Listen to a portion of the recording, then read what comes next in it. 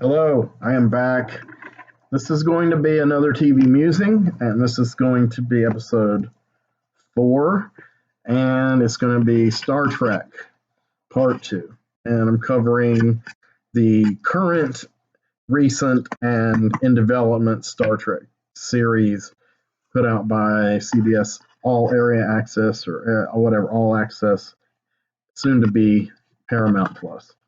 So I'm picking off pretty much directly from my other video. I do need a little bit of cherry cola. How are you guys doing tonight?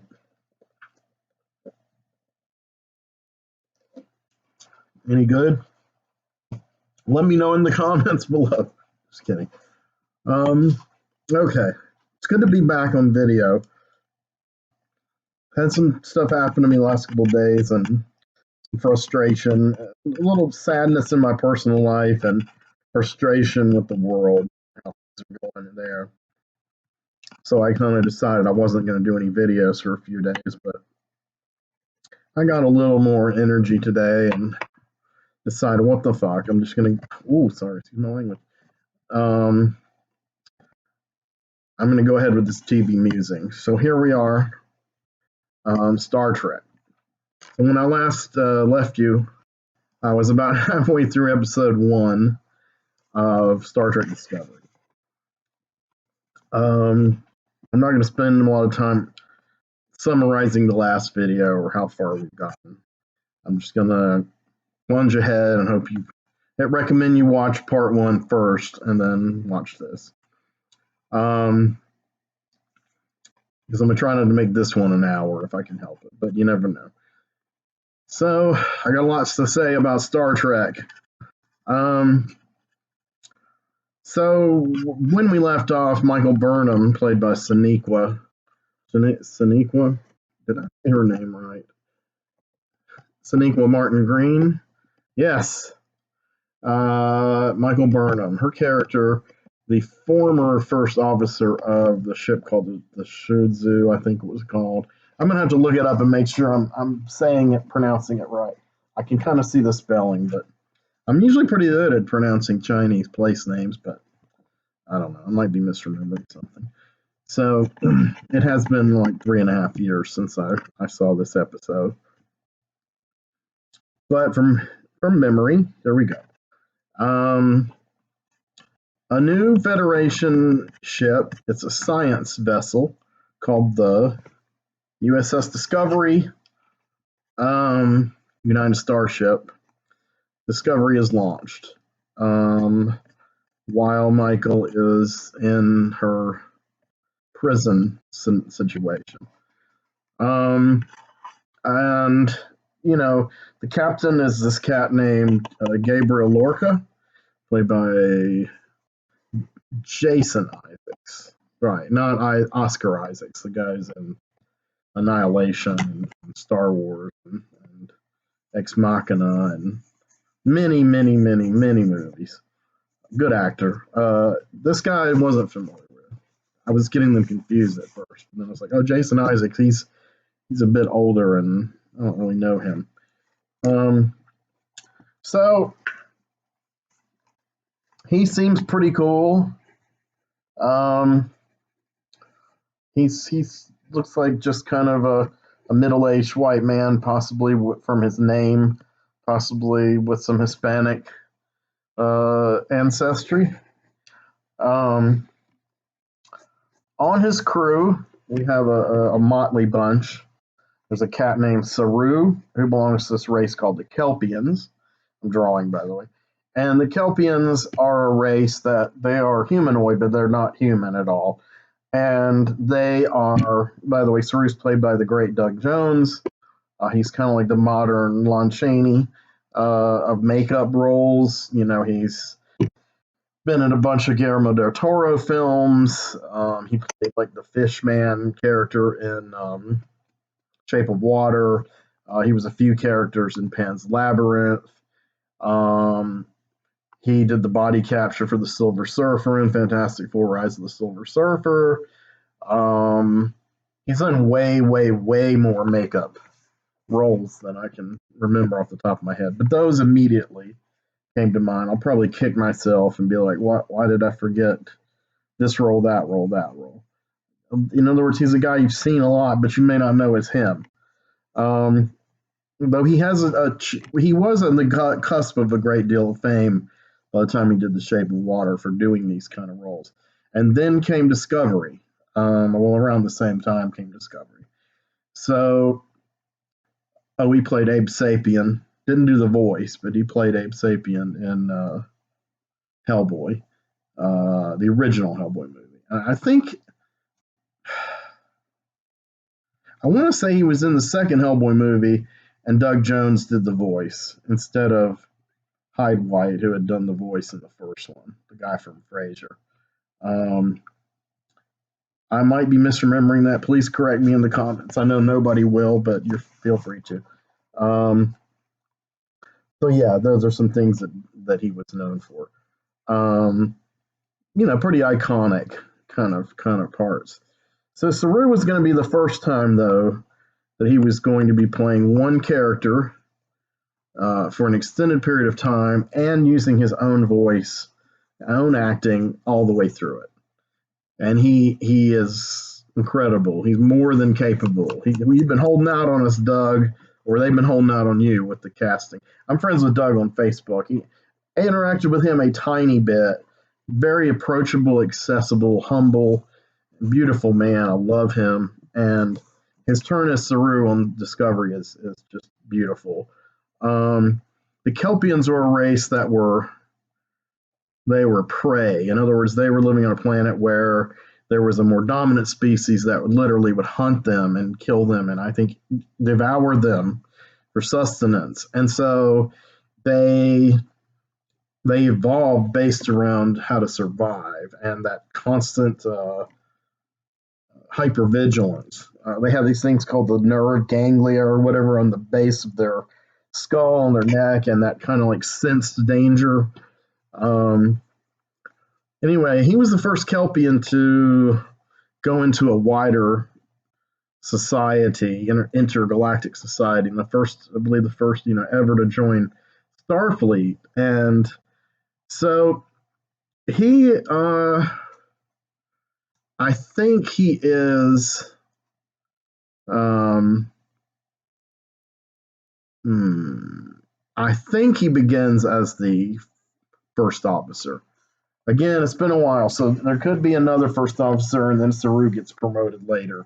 But he's definitely a prominent and major part of the bridge crew. So we yeah. So there's a Klingon war going on in the midst of all this. We meet some Klingon characters. I'm going to do my little cheat thing here. And by the way, I'm not going to go into detail about every episode of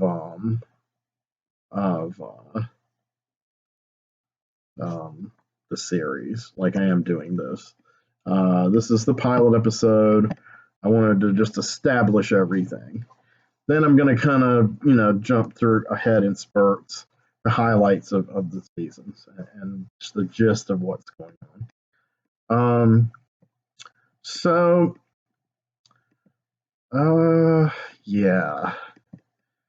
Kind of looking around here. There really aren't any other.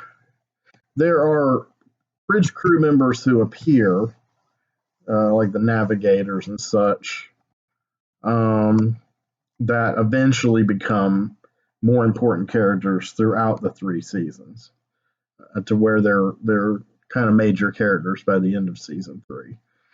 But they're kind of just there in the beginning. So I'm not going to talk about them at this time anyway. But there is one exception to that. Well, there are 3 other major members of the Discovery crew that are major characters all the way through the series so far. So these are way too important to just glaze over. One is Anthony Rapp. He's one of the higher build actors on the show, and from what I understand, he has a theater background and some film TV background. He is an openly homosexual male, a white male, and he is the first openly homosexual male actor to appear as a regular on Star Trek, and playing the first openly homosexual male character on Star Trek. I talked a lot in the last video about like inclusiveness and progress and these kind of Star Trek ideals, and these are kind of among them. This kind of thing being kind of overdue, I guess. There was some gender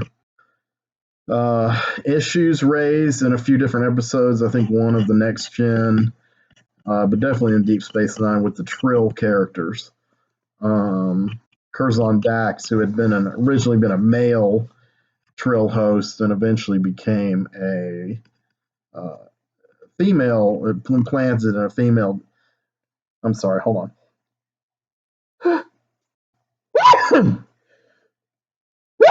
My allergies have really been intense lately. That's another thing that kept me from doing videos for a couple of days. Excuse me. So, yeah, the Trill. So, yeah, that was a matter of like a male consciousness then being in a female body later, and so having relations with another female and it being kind of a homosexual thing, but not exactly, kind of, sort of. But anyway, it was brushing on that topic, but they never hit it head on until Discovery. So that brings us to the next character I was going to talk about. The actor's Wilson Cruz. By the way, okay, so Anthony Rapp's character is Paul Stamets. Wilson Cruz's character is Dr. Hugh Culber, and he is I guess an African American, maybe mixed race, homosexual male, and he is the husband of Paul Stamets. So he is the second, depending on which was on camera first, I think it was Paul. He is the second openly homosexual male actor playing an openly homosexual male character in the Star Trek franchise. So their dynamic is fantastic. It's I don't want to throw a bunch of cliches out here. I'm not a homosexual male, so I don't want to presume anything about experiences I don't have, but I will say, in my opinion, that they are the proverbial role model kind of characters. Not all homosexual men are monogamous any more than not all heterosexual men are monogamous. Possibly more homosexual men are monogamous than heterosexual men. But these two are, and it's a love story. I mean, I've got plenty of gay characters in my story, male and female, and some gender crossing characters, so to speak. I don't know if I want to say they're strictly transgender as we currently define it, but there's definitely some bending of roles and biologically, socially, especially with my character, Chrome Genet, the hermaphroditic sorcerer. And I call her hermaphroditic not as a pejorative word for transsexual. Literally, she S/HE. She has internal and external male and female organs. And the hermaphrodism is part of her sorceress power. She's the third sex, the Babylonian myth of the perfect magical being, an alchemically created being. So now we're getting into what the hell is Flicker Street. Sorry, but that's how I have developed these stories on my own over the years. So I was ahead of Star Trek, man, but nobody knows about my stories. But that's cool. They will, hopefully. But this is a big step forward. There's going to be another step forward on this front coming up in season 3, which I'll get to. Hopefully within an hour. I'm not sure yet. There might be 3 parts to this. at the rate I'm going. Um, so anyway, great characters, great romance, beautifully done. A very love is a human experience, not a uh, gender or biological sexual experience, in my opinion. Um, I didn't always feel that way. When I was younger, I really didn't understand other orientations or proclivities, but I do now, and I've learned a lot. I actually learned quite a bit, um, more even uh, recently. Someone I was involved with very deeply, um, not that long ago. So this is the deal. The next major character, and I don't think she's on the bridge crew per se initially, but ends up on it quite a lot as the season progresses, is this character named Sylvia Tilly. So she is played by Mary Wiseman, and Mary Wiseman is a young white woman. Well, she's Jewish, and she's just a stunningly gorgeous creature. She's she's definitely my type of woman. She she's very, what they say, thick, voluptuous, very very voluptuous.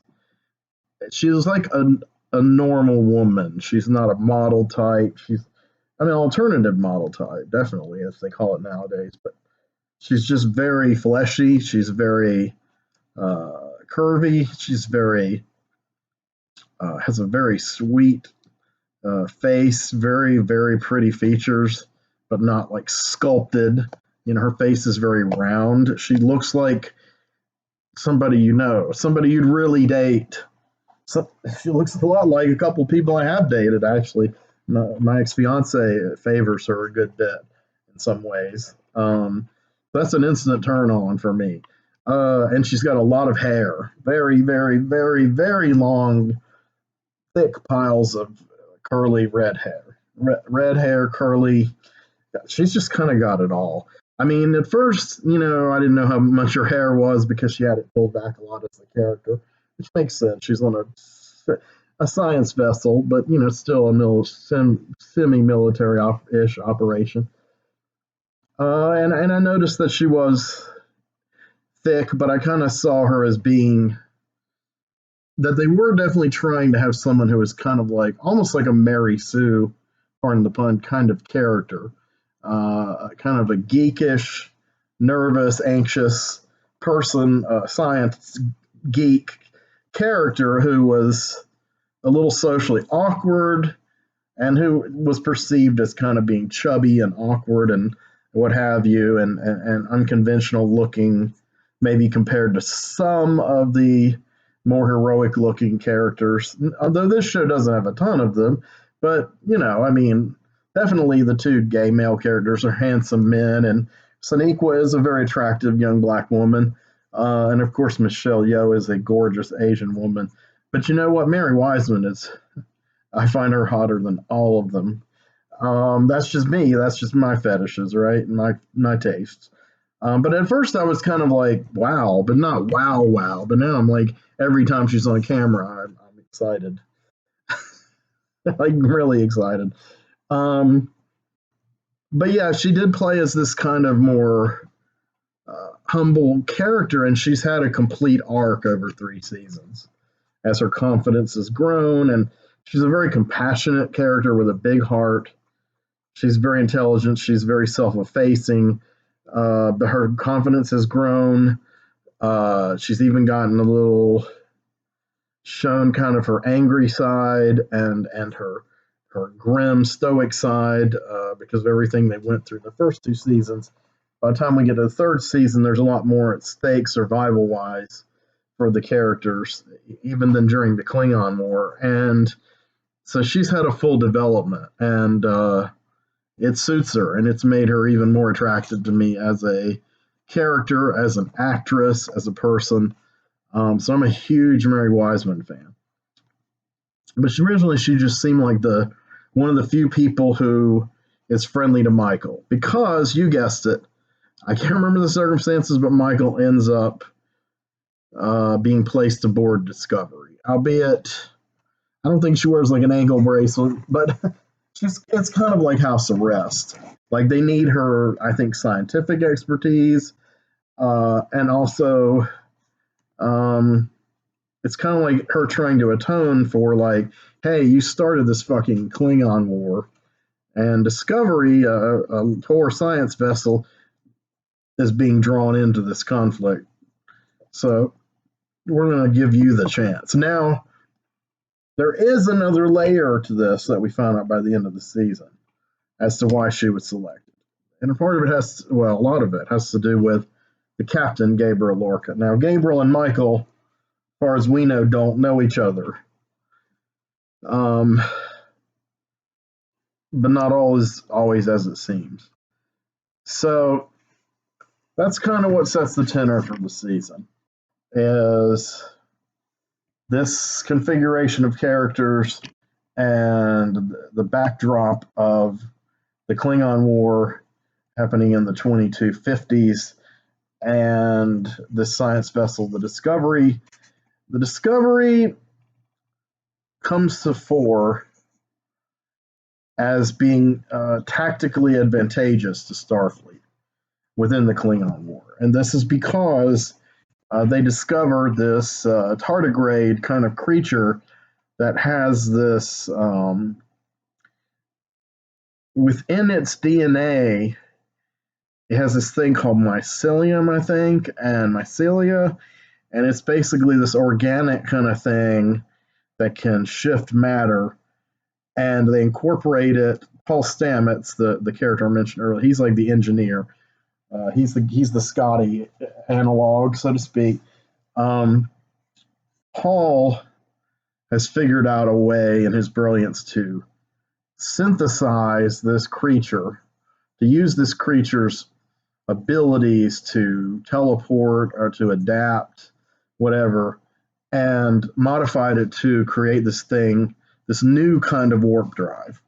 It's a leap ahead of their current technology with the warp drives and the dependence on dilithium crystals and such. Season 3, by the way, really, really explores this in detail. It's really cool. We'll get to that, of course. So Stamets not only harvests or cultivates the mycelium warp drive, he actually kind of bonds to it to the point where he's put into sync with it to where only he can control it. Like, in other words, it bonds with his DNA or something. Now, part of this is it's risky and it's scary. And of course, Dr. Culber, his husband, Paul's husband, is not happy with jeopardizing Paul. But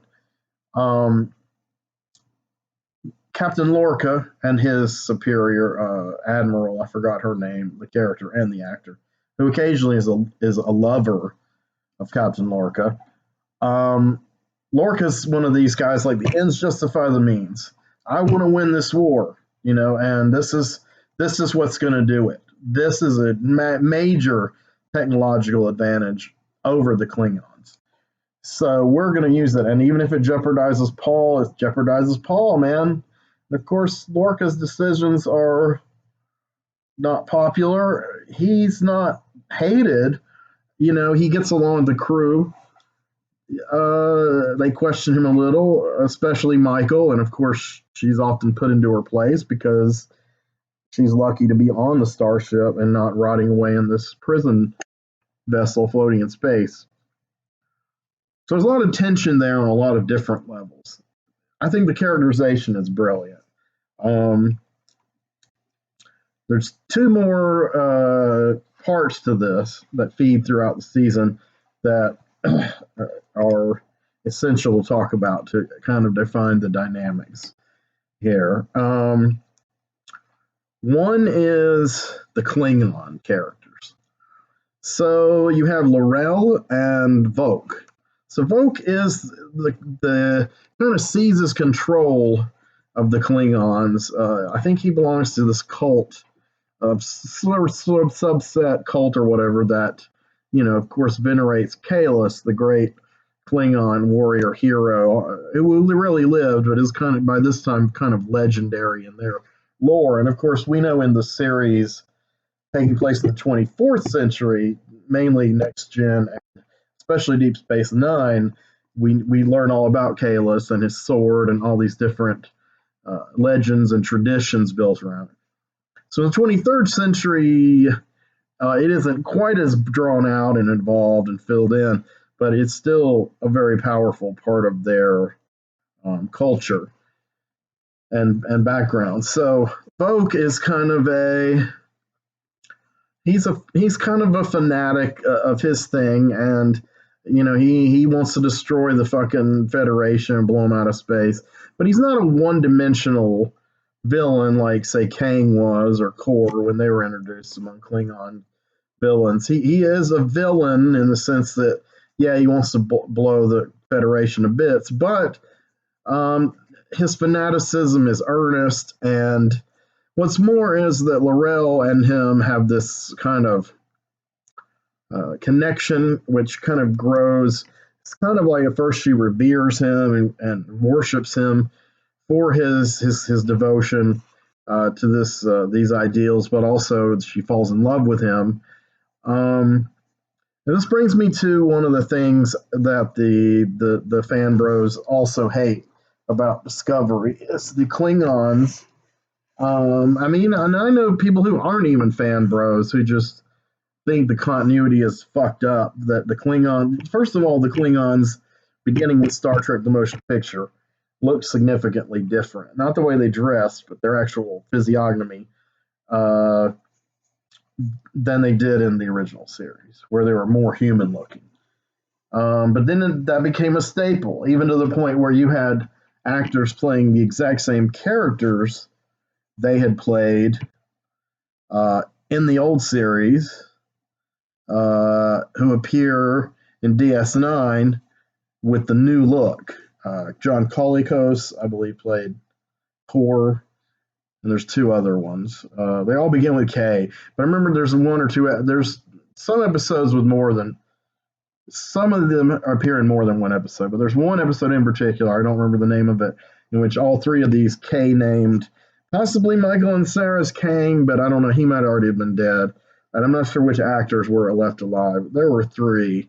Maybe William Campbell's Klingon was one of them, but definitely John Colicos, and they have the ridges on their head and the big forehead and the long hair and the nose thing, and so they look like the Klingons as they did in the films, and in Next Gen, because obviously Worf, a major character in Next Gen and a major character in DS9.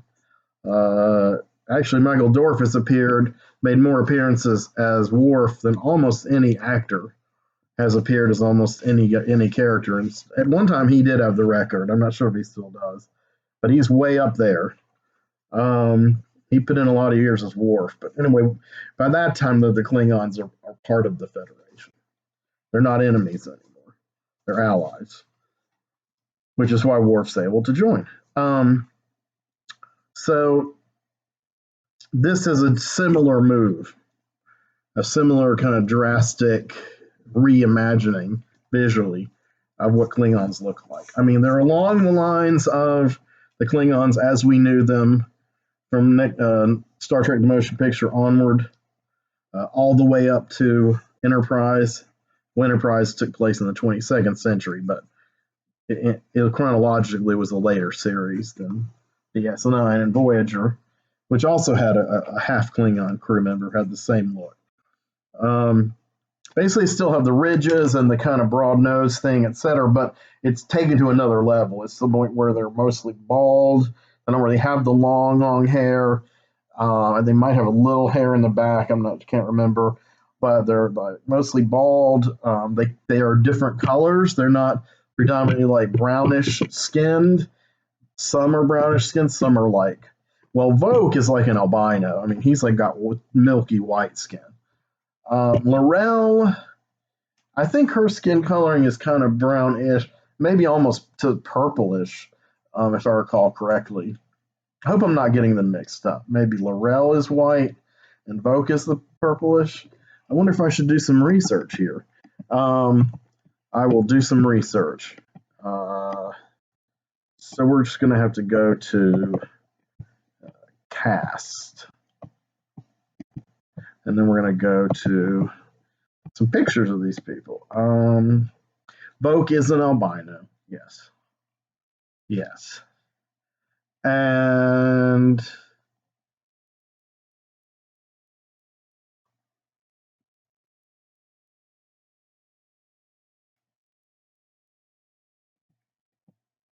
interesting. Wow.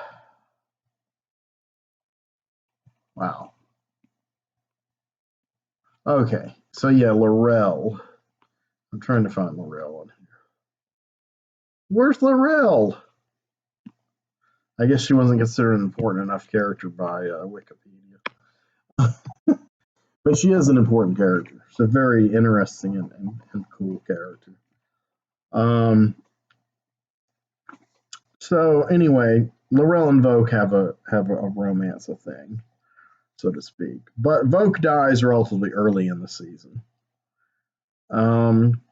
Laurel claims the Empire, leadership of the Empire, as we've seen in other Star Trek series, especially in the. I think these characters appeared in the Next Gen and or Deep Space Nine, but there were 2 or 3 of these really statuesque and hardcore Klingon females. You know, they're just as vicious and scrappy as the males. There's no difference there. I believe Mary Kay Adams, who's a really cool soap opera veteran, played one of them. I can't remember what the character's name was, but I remember she was one of them. So Laurel is in that tradition, and because of this amended look, Klingon look they have, she slightly less human looking. She looks even more fierce. There's some interesting stuff with that. I really like her character quite a bit. I think the actress is a very traditionally pretty kind of girl who's pretty damn young. I think she was in her no later than mid-20s when she was cast in the show. I mean, I don't even know if she's 30 now. I don't think so. But she's a great actress. She's unrecognizable in the makeup, of course. She's fabulous. I can't remember her name. Oh, my first big. Can't remember the name. If that damn Wikipedia had her listed, I'd be all over it. So this brings me to another character, another major character, Ash Tyler, who becomes chief of security for Enterprise. I believe he's discovered as a POW, a prisoner of war of the Klingons. I think, yeah, that's right. He's rescued or whatever, and he and Michael start a romance. Major twist with his character that comes down the pike. Pardon the pun. And so that's kind of the tenor for season 1. I'm going to put some spoilers in here because they're really cool and I want to discuss them. I'm trying to think if there are any other relevant, controversial kind of things. I talked about the homosexual couple. I talked about the Michael Burnham Spock connection. I talked about the look of the Klingons. I talked about the racist, homophobic sector of Trekkies that disturbingly exists. This series was a lightning rod for controversy. It was considered too politically correct, too snowflakey. I mean, you know, the right-wing backlash against the show was absolutely insane and childish. It pissed me off no end. Because I want to say, like I mentioned in the last video, I've had my ups and downs with this series, mostly ups. But season 1, as a whole piece, to me is brilliant. Every episode looked great. Cinematography was incredible. It was a darker show. Not only was it darker in the subject matter and the tone of it, but literally the look of it was much darker. And as far as the tone, they did use the word fuck a few times, even though I think it was hinted that it was an anachronistic word to be using in the 23rd century. But a couple of characters, Sylvia and Paul, did say fuck or fucking a couple of times. It wasn't like every episode or every 5 minutes. I mean, it was maybe 2 or 3 times during the whole season. The characters are a little, especially characters like Sylvia, they are a little looser, more human, recognizably human like us, more like the characters in Enterprise, who are very recognizably human like us, as opposed to the characters in, say, Next Gen, where there's a kind of a utopian thing going on, to where the characters are almost too perfect, at least for the duration of the series. Deep Space Nine, of course, added a lot more valences to that. Voyager was kind of in between. Star Trek Picard is showing us that as the 25th century finally dawns in Star Trek on the Star Trek timeline, that it's because some major events happen subsequent to the movie Star Trek Nemesis, that things aren't quite as perfect. They're moving in a less perfect direction, more of a Deep Space Nine flavor applied to the Next Gen milieu and characters. So there is a major character from Voyager 2 in that show. And I'll get to Picard eventually, I promise. It won't be very long, but I do want to talk about it. So,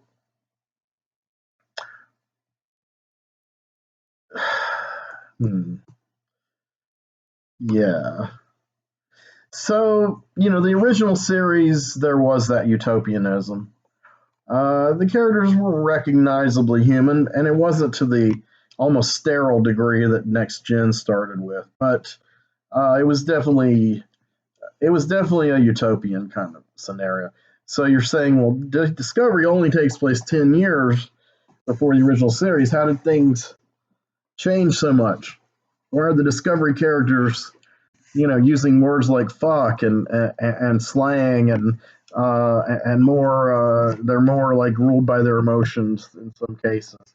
Well, it's really just a matter of that's the tone they wanted to go for in the show. They wanted to humanize them, but the utopianism doesn't have to mean that everybody's stodgy and cold the way they occasionally came off in Next Gen in the beginning. That was a very conscious decision of Roddenberry's, and I get it. And within story, there are reasons why in the Picard series, that's less the prevalent moods, the major shifts within the Federation. But we'll get to that later, like I said.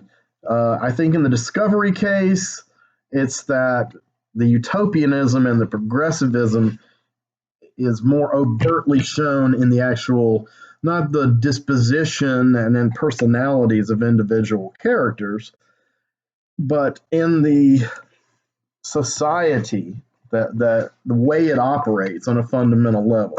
I mean, there's still no money, there's no none of the capitalism's long dead, and of course now you have not only aliens and Russians and black people in there, but you have more of them in an even higher position shown in some cases, and you now have homosexual characters and various kinds of amory going on, even more of which is in season 3, though slightly different because season 3, well, season 3 takes place in the far future.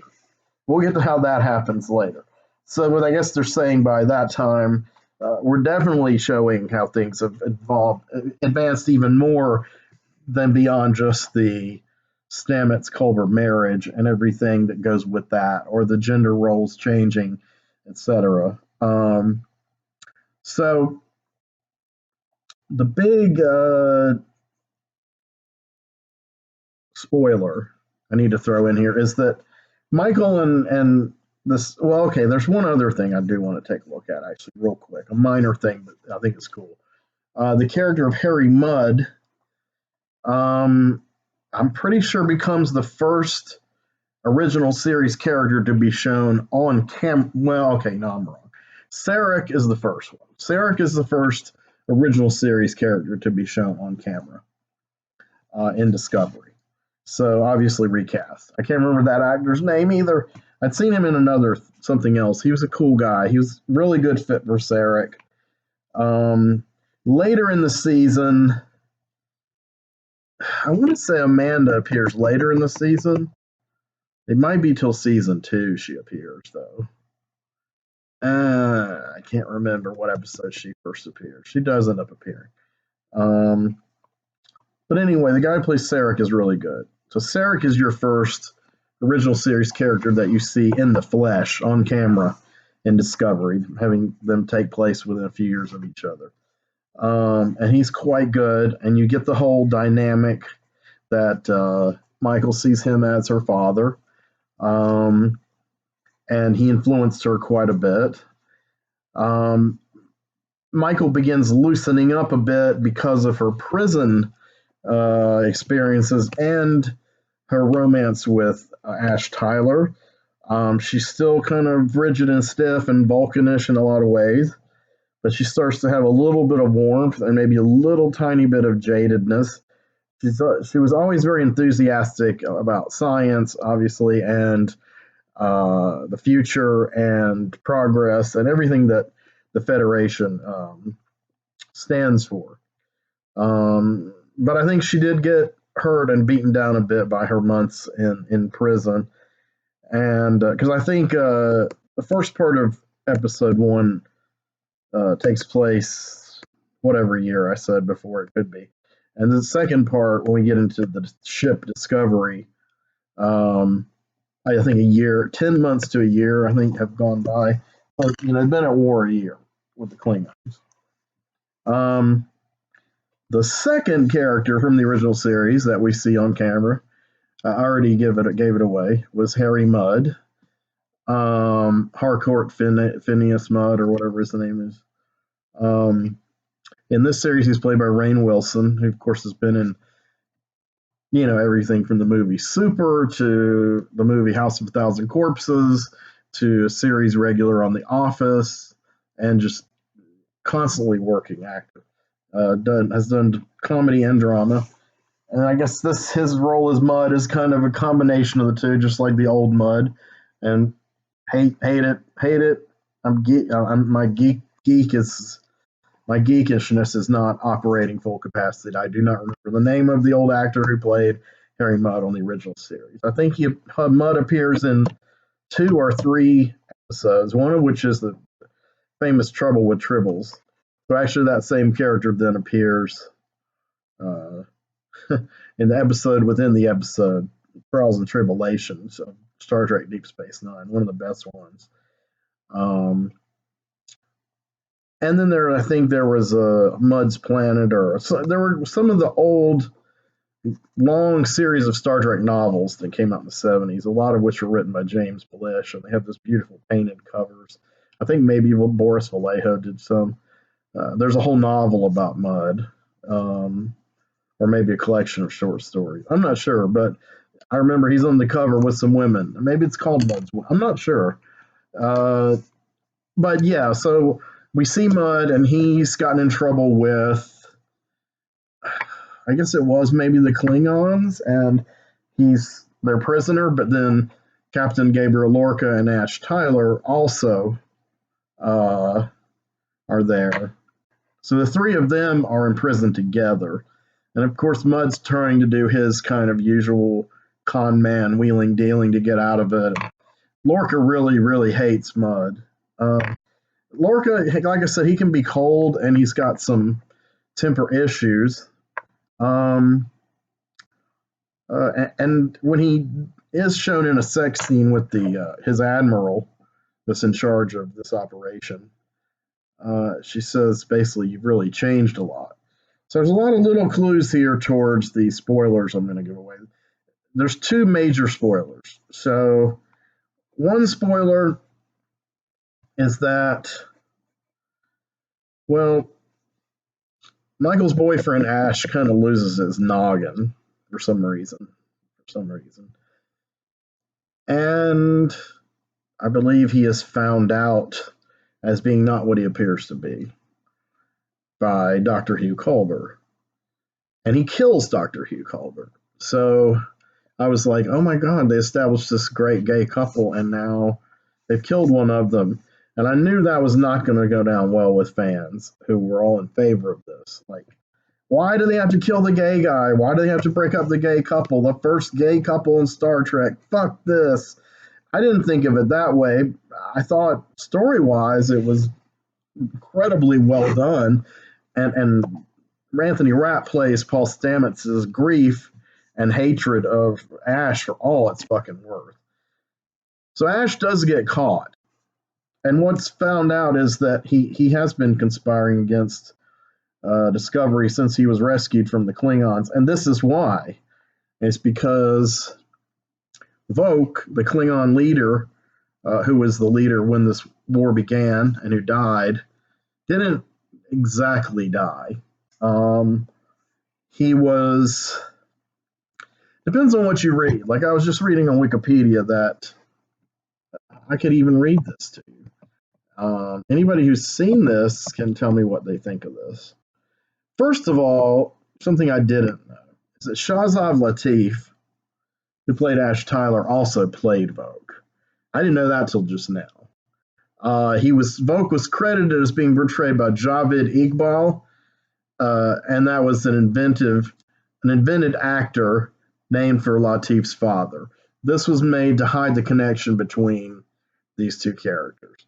So Shahzad Latif plays Voq and Tyler because they're essentially the same being. And what it says here is that Voq undergoes extensive surgery to pose as the human Ash Tyler, who becomes chief of security.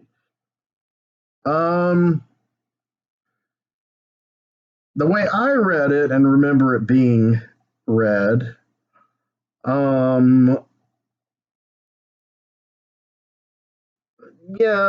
the way I read it was this.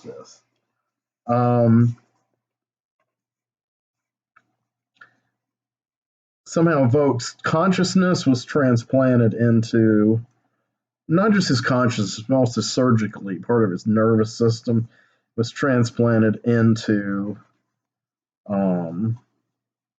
the prisoner Ash Tyler. So it's like Voq was hiding inside of Ash. So part of Ash was Ash, and part of it was Voq.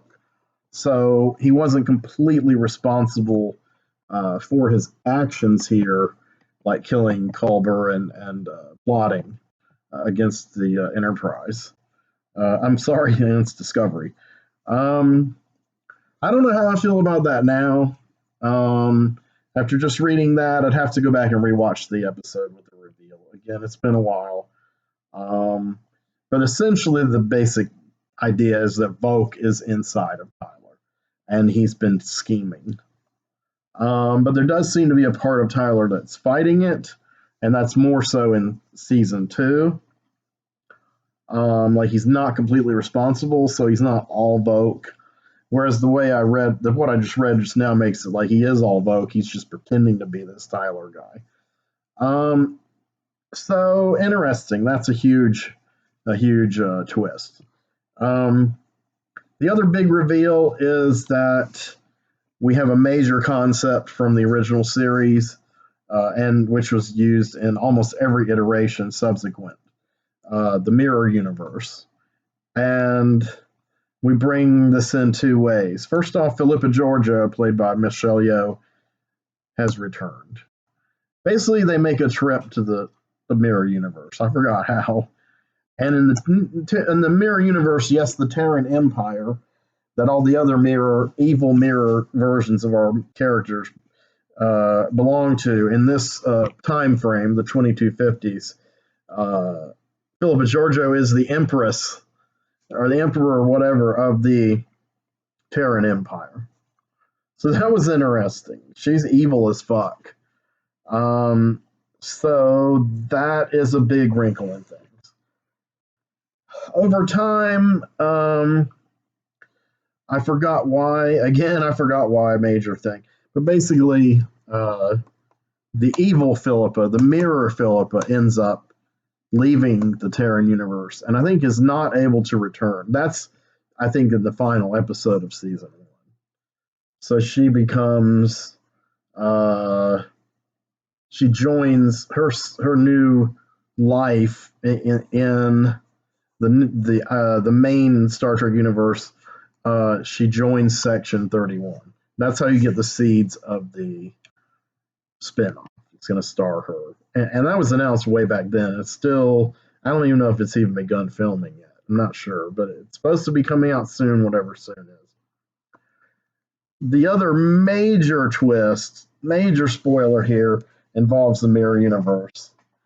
Also, and that is that Lorca, Captain Lorca, is from the mirror universe. He is a native to the mirror universe. He is a villain, and he hasn't been able to get back to the mirror universe, and he's been trying to get the spore drive, mycelia thing. The Stamets is metabolized. He doesn't give a fuck about the Klingon War. It's all a cover. The real Lorca died, and somehow he took his place. I don't know if he killed the real Lorca. Maybe that's it. And he took his place and essentially captained the Discovery and used the Discovery and that spore drive technology in order to return to the Terran Empire and take over the Terran Empire. I think he was going to he was either allies with Georgiou or he was going to overthrow her and take over. He was a power mad motherfucker. In his universe, he and Michael, the evil Michael, who was also close to Georgiou, like our Michael and Georgiou were, she was evil. And in that universe, Michael and Lorca were lovers. That's why there's a connection. Of course, Michael knew nothing about it, but he knew her. He knew her from having been the lover and co-conspirator of the mirror universe, Michael Burnham, who is dead by that time. So just as our universe, Lorca and Philippa are dead, and the mirror versions have come over, it's the opposite with Michael. I mean, Michael's in our universe, but the mirror Michael is dead. I think they might show her in a brief flashback, maybe. Not remembering 100%, but she's not an active on-screen character.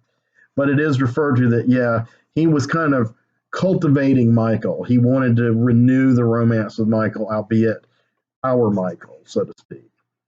So Lorca is defeated and is no longer the captain of Discovery at the end of season 1.